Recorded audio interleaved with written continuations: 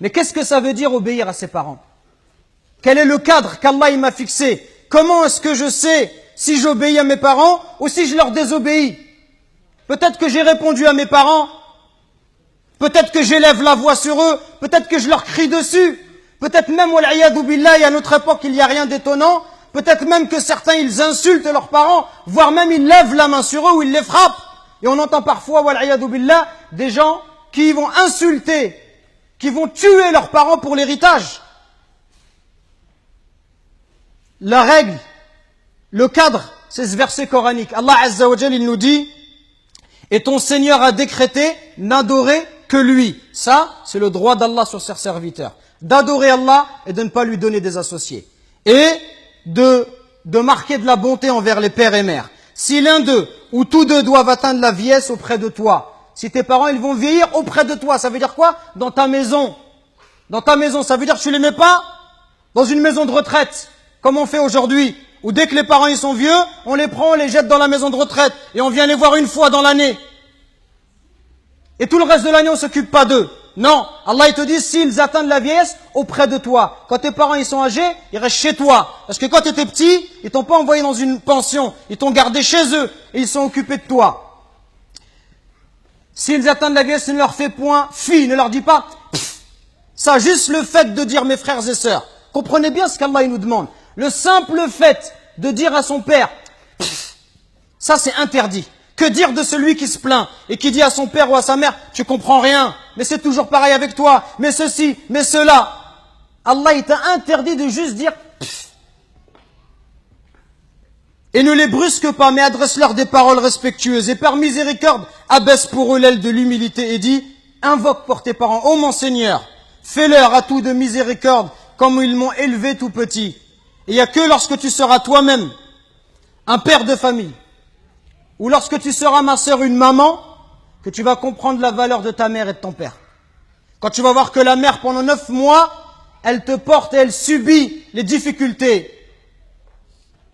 Elle subit des coups de ta part.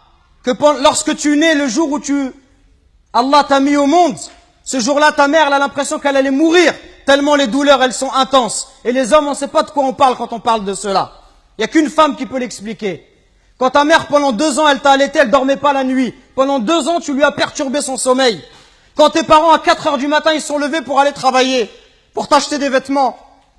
Quand lorsque tu es malade, ta mère, elle trouve pas le sommeil. Même quand tu as 30 ou 40 ans, si tu rentres à 1 heure du matin, ta mère, elle t'attend encore pour demander de tes nouvelles ou pour te préparer à manger. Qui va se comporter avec toi si c'est pas ta mère et ton père? Qui va se comporter comme ça avec toi? Et nous, on est gentils avec nos copains. À n'importe quelle heure, on répond à l'appel de nos amis qui nous demandent de l'aide, on les aide. Mais est-ce qu'on aide nos parents? Est-ce qu'on est à leur écoute? Est-ce qu'on leur donne du temps? Est-ce qu'on leur montre du respect? Les anciens, ils disaient, Zayd al-Abidin, le petit-fils de Ali ibn Abi Talib, on lui disait, toi, t'es quelqu'un de très bon avec tes parents, pourquoi tu manges jamais avec ta mère? Il dit, parce que j'ai peur, si ma mère, elle voit dans l'assiette quelque chose qu'elle a envie de prendre, et si je le prends avant elle, j'ai peur qu'Allah, il compte cela comme de la désobéissance. Et il disait rien d'étonnant à cela. Il disait, ceux qui ont vécu avant nous, ils considéraient comme un manque de respect envers les parents que d'habiter au premier étage et que de laisser habiter les parents au rez-de-chaussée. Regardez jusqu'où ça allait. Allahu Akbar. Le simple fait d'être au-dessus de sa mère, au premier étage, sa mère, au rez-de-chaussée, ils considéraient ça comme un manque de respect. Et d'autres chez les Sahaba, ils disaient, quand il y avait un scorpion qui est rentré dans un trou, il a mis sa main et il s'est fait piquer. On lui dit, pourquoi tu mets ta main alors qu'il y a un scorpion? Il dit, parce que j'ai peur que ce scorpion il sorte et qu'il ne pique ma mère. Regardez le respect. Et regardez aujourd'hui l'attitude des enfants envers les parents. Regardez ne serait-ce que le regard, les yeux. Wallahi mes frères, si nos parents ils invoquent contre nous, wallahi c'est pour nous le malheur dans la vie d'ici-bas et dans celle de l'au-delà. Allah Azza wa Jal, par l'intermédiaire du prophète alayhi salatu wassalam, il nous dit qu'Allah il a interdit le paradis.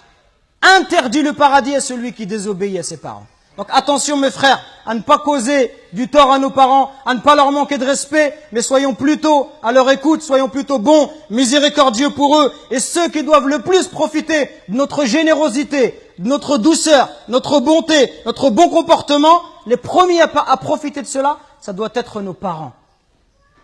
Parce que viendra un jour où ils vont partir, Et le jour où ils vont partir, tu vas regretter. Et tu vas dire, ah, si je pouvais encore faire du khair à mon père, si je pouvais encore faire du khair à ma mère.